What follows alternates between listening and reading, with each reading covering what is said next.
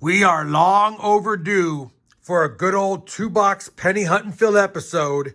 And for today's video, I've got a couple of boxes from the Great Northeast.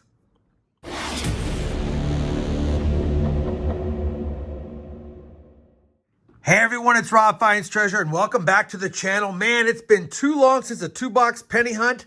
I've been scared to do them because we're winding down this series with boxes 395 and 396. So after this hunt, we're going to be 4 boxes or 2 episodes away from closing out this Dansko Lincoln Penny album.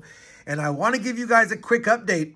I did actually add a penny since the last video. If you watched yesterday's video, we did have a couple of people commenting saying, Rob, did you compare the finds from the pennies that you got in those rolls, from the coin rolls, to your album? And I didn't. So I went back and took a look, and sure enough, we had a 43D steel cent in there that I did not have. Nothing else could upgrade, but we did have a 43D steel cent in there, and that is going to take a spot that we needed. And honestly, a tough spot because I have not been fortunate enough to find any or hardly any steel cents in my hunt. So none of the other stuff could really upgrade. There was no 14s. There was no mint marked early wheat cents, and none of the other ones that we had. But like I said, we got the steel cent. So we did have an addition. We are one step closer to completing this album.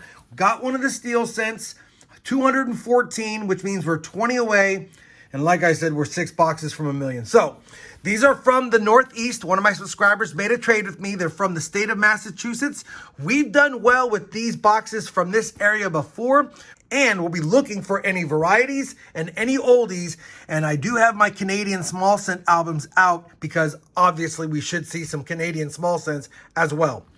That being said, I popped the tops of both boxes just to make it easy for us. Didn't see any wheat cent enders in this box. The copper looks okay. I did see a Canadian small cent ender in this box right there, and it's going to be a 1964 earlier. And again, the copper looks okay. So for those wondering, the Great Northeast boxes typically have a good amount of Canadian small cents and copper cents.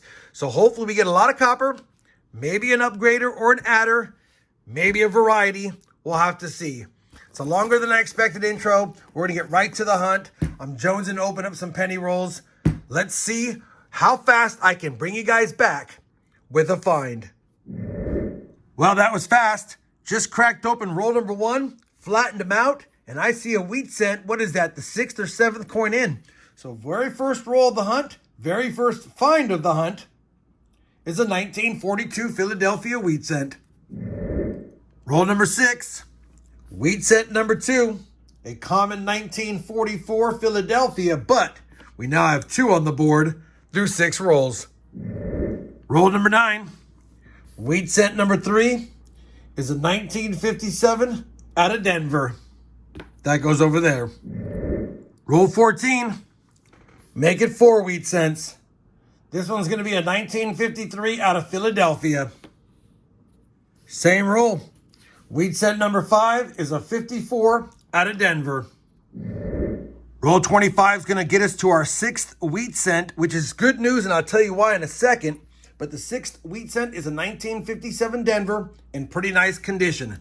The reason why it's good news is with 6 wheat cents on the board, we finally caught up to the Canadian small cents, which also have 6. So that makes that tied. And last roll, I was going to film it, but I figured I'd wait till the next find.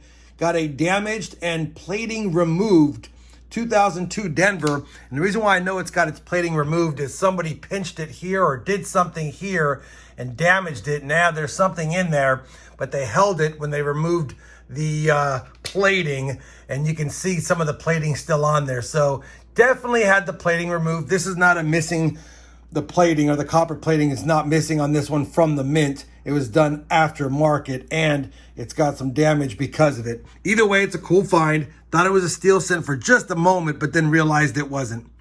Let's get back to the hunt, see what else is in the box in the second half of the box. Roll 27 is going to give us 2 more wheat cents. The 4th coin in the roll is our first wheat cent of the roll. And that's a 1940 with some damage out of Philadelphia. Definitely been damaged. We'll take that. That's the oldest wheat cent so far. And then the second one was peeking out right here. Looks like it's in pretty decent shape, albeit for some environmental stuff.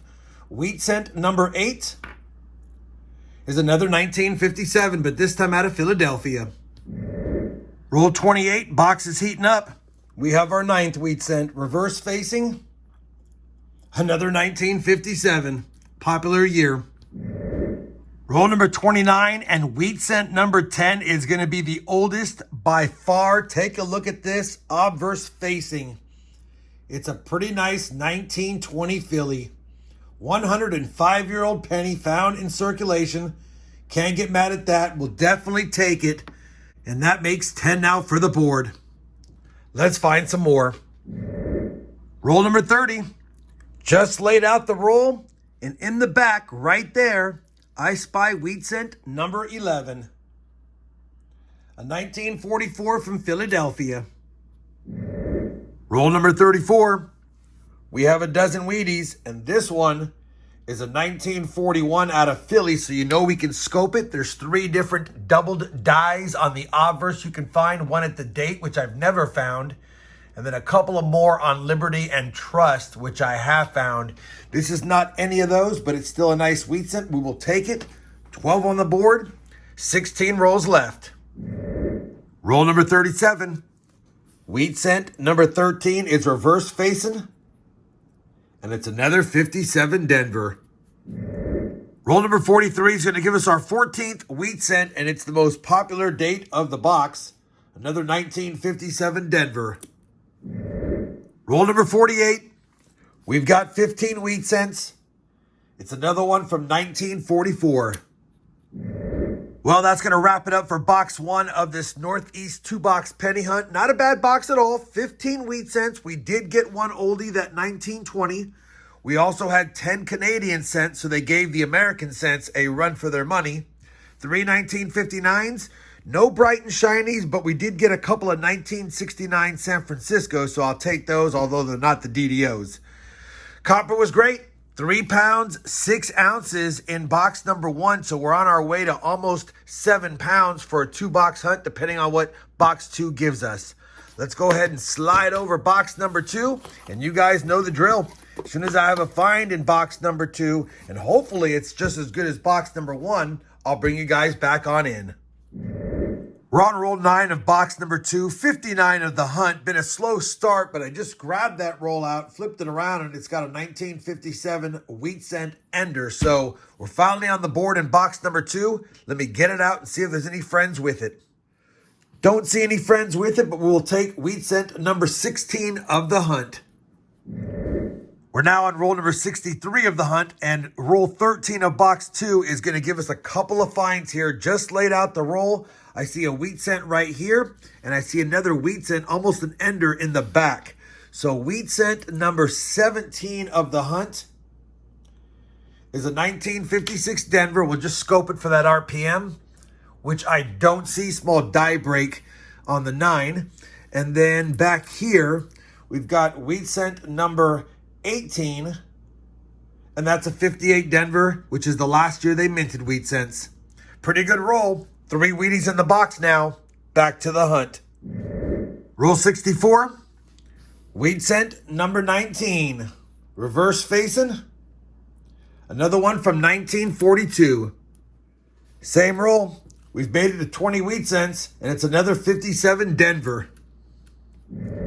Roll 66. Make that 21 wheat cents.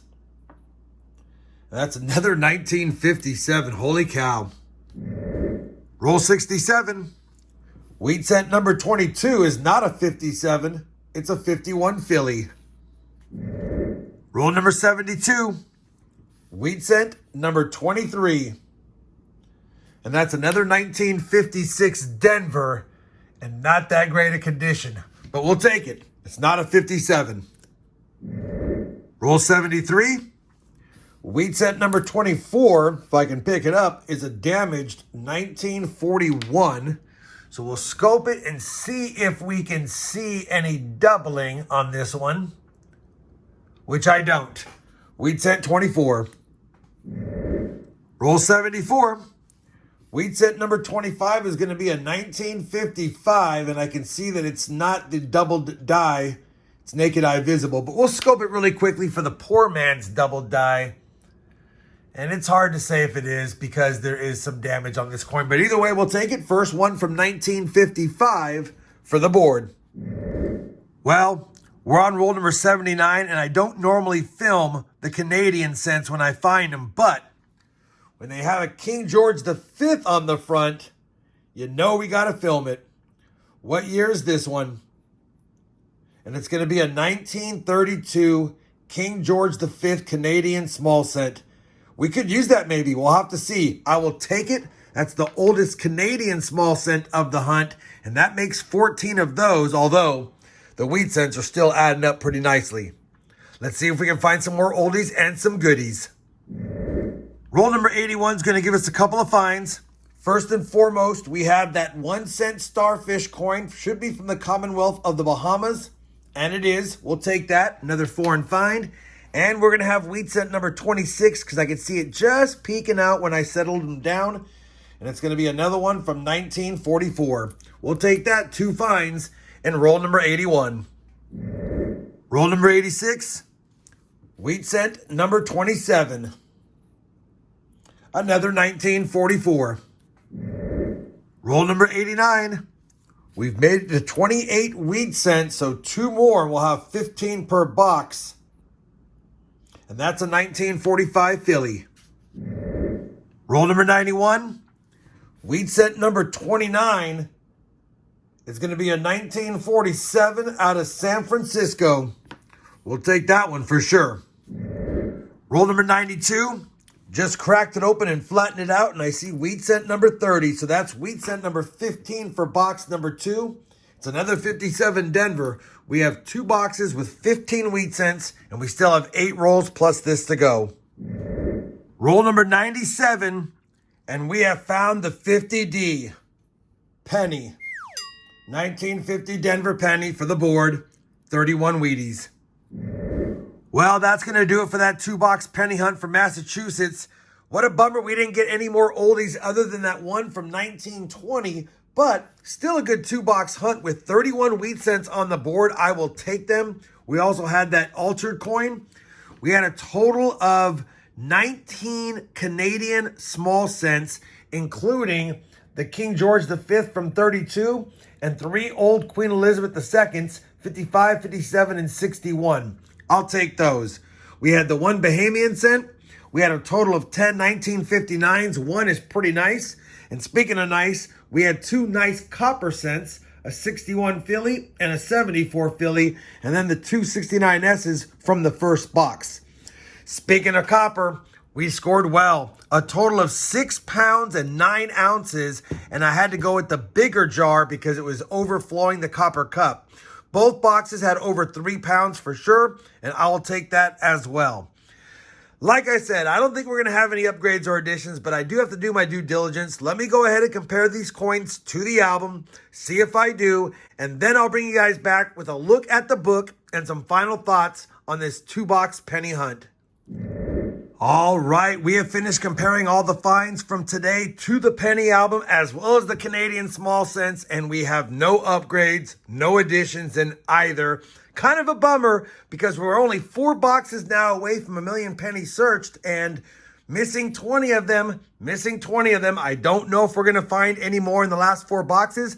The good news is I have another Massachusetts state box as well as a few other from the Northeast. And maybe in the next 4 boxes, one of those 4 can slot us 1 more cent to get to 215. We'll have to see. Either way, I had a lot of fun going through those 2 boxes. Thank you very much, Zach, for the trade. And hopefully the last 4 boxes are as good as those, but maybe with some more oldies. We'll have to see. If you guys enjoyed this 2-box penny hunt as much as I did, please give me that thumbs up. And as always, everyone, happy hunting and thanks for watching.